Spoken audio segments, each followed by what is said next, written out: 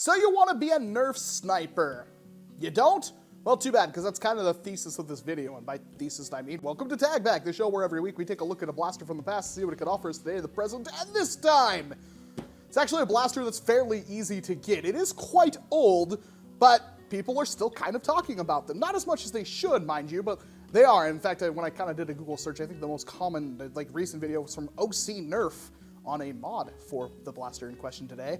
And there will be a link down into the description box below where I found something that is incredibly similar on Amazon, done by the same people, but it's not the same shape. It actually looks way better. It's not the same thing. I'm not quite certain if it's the same thing, but if you run out of all options, you can't find one anywhere else, i.e. check eBay, because they're like 15 bucks on eBay. You could spend like 23 bucks and get one off Amazon, but enough of that. We're talking about the Marshmallow Blaster, or Marshmallow Shooter, or Air Marshmallow Shooter. This is a very, very common blaster. I would say not super common, because I've personally never found one, but Captain Xavier had a billion of them, which is who gave me this blaster right here to put in front of you today. And he honestly never did anything with them. And then Jake was like, oh, those are good? I had no idea. I've seen like 60 of them.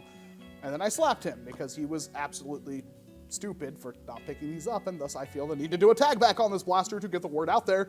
The Marshmallow Blaster here is an air-powered blaster that is, well, it's supposed to have a little nozzle up here. Just pretend it's there for the sake of argument, because we're not actually going to shoot marshmallows out here. I do not actually own marshmallows. I'm not a fan of marshmallow. But you basically open this thing up, put a marshmallow in there, and the little nozzle up here, when you close it, will push the marshmallow into that nozzle, compress it, and then you pump it up a couple of times. Doesn't really take all that much. And then you pull the trigger, and you get a very loud pop, and a lot of air escapes the barrel, because that's what this thing is. It's a freakishly powerful, absolutely tiny air blaster. Not quite as tiny as a Gen 1 Panther, but definitely comparable. In fact, this thing, when modded, will shoot very, very good. English is not my strong suit, but yeah, it's a marshmallow blaster that, of course, we're not shooting marshmallows out of it. We're shooting darts, because if you want to shoot darts, you buy barrel material. Like, you can get a coupler and glue it in there and fit it with PVC or CPVC or PETG or PEX or brass or whatever your barrel, electrical conduit, whatever you happen to fancy, whatever's available to you. And yeah, you shoot darts out of this thing. And if you want to get fancy, you could put a hopper on, you could put a breech, you could do all sorts of crazy stuff, because all you really need from this blaster is basically this right here. That's it.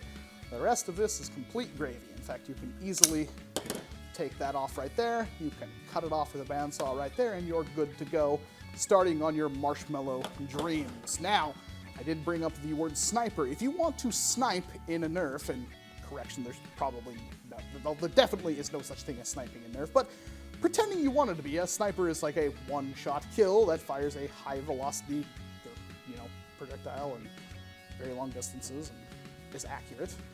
And you can't really do that in Nerf, because all the darts pretty much go the same way. But let's assume that you're playing in a war that either allows you to use something like this with full-length darts, or, God help us, lets you use Stephens, which are modified darts. You can basically make these out of any dart. You just cut them down and go about your business, which are far more accurate and far more stable in flight and can fly much farther. And that can very much use the extreme capacity that the Marshmallow Blaster is capable of. Extreme capacity, extreme air capacity. The Marshmallow Blaster is capable of dispensing into said dart. A very, very good option if you want something like that. And the cool thing is like, let's say you don't even want something like that, you just want like an absolver, again, Captain Xavier's very big on those. It's tiny. You fit a little thread on the end of it, put your absolver on it, and it's a little tiny, easily pumpable blaster. I will be very, very disappointed if I don't see something by the end of the week from Captain Xavier on one of these, because he didn't really think too highly of it until I pointed out it's tiny and it hits very hard. I don't know if I've quite said that enough yet. And these Marshmallow Blasters come in like every freaking color under the sun. There is a million of them. My favorite, of course, is the Executive Marshmallow Blaster, which just sounds hilarious in my head, and it's shiny and chrome, so it's beautiful. They also have like a Duck Commander version, and then just like a Desert Camo version, and a different brown, and there's just a billion colors of these things. I found a couple of them, but you get the point. There's a lot of these things. While you can't find this exact model on Amazon for something like $60, which is absolutely stupid. You can find like the executive Marshmallow blasters on, you know, eBay and stuff like that for far less. And these are very good options if you want to get into air-powered blasters, because I did look at a couple of mod guides in a circle around like Nerf Haven and stuff like that, and I honestly did not see anything relating to like replacing the pump or anything like that. In fact, the pump and all of its mysterious workings are, well, a mystery to me. I don't quite know how they work, but I do know it does work, and I guess that's the most important thing. Maybe these are the air release holes right there, I'm not quite sure, but it does have an overpressure release. If you pump it up too much, it won't explode. It will safely squeeze out the excess air, and even with that, it hits very, very well. It's the perfect little sidearm slash secondary if you're looking for either a shotgun or a pocket sniper rifle. Keep in mind, if you do single this and you do get the 100 feet out of it and all that kind of stuff, most wars will probably not allow you to use it.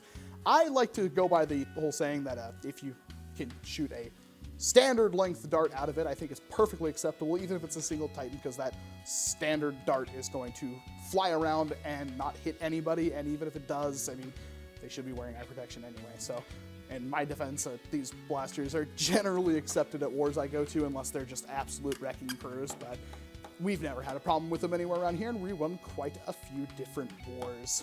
I like the Marshmallow Blaster. I like it a lot because it's tiny, it's compact, and it packs a punch. It's kind of very interesting in my opinion. I'm not quite sure what I'm going to do with this one here. I'm very much considering making it into a tiny absolver because I don't really have anything that shoots absolvers so much except for the Spectre tactical shotgun thing I made, the Titan tactical shotgun. But this is far smaller and packs a very arguably powerful punch compared to that. It's not quite as powerful because, of course, it doesn't hold the same amount of air. I mean, this is it's rigid, but it's akin to like a super soaker or like a squeezy bottle kind of thing. And the pump is located inside of it, so while this is, of course, I say of course, the air tank could be right here for all I know. Even though that is, dispensing air, it's a Titan tank's like the size of a Coke can and absolutely hard plastic, so it can take high velocity, high air pressure. The problem with the Titan, of course, is that it has a very small air release, so there are some other tanks that are quite a bit better than it. But at this point, I'm just rambling on. That is the Marshmallow Blaster, and if you see one and you pump it and it holds air, I definitely recommend picking it up. Problem is, they come in a whole lot of different colors, so it might be difficult to see them when you're scouting through all the toys at your local Goodwill. I'm Walcom S7's Hands. Let me know what you think about the Marshmallow Blaster down in the comment section below. And if you have an idea of what I should use this thing for, I'm very open to hearing it, because you might see another video on me on this thing at the end of the week if somebody has a very good idea that I just have to try. Thank you very much for watching this video, and of course I hope to see you in an entirely different one.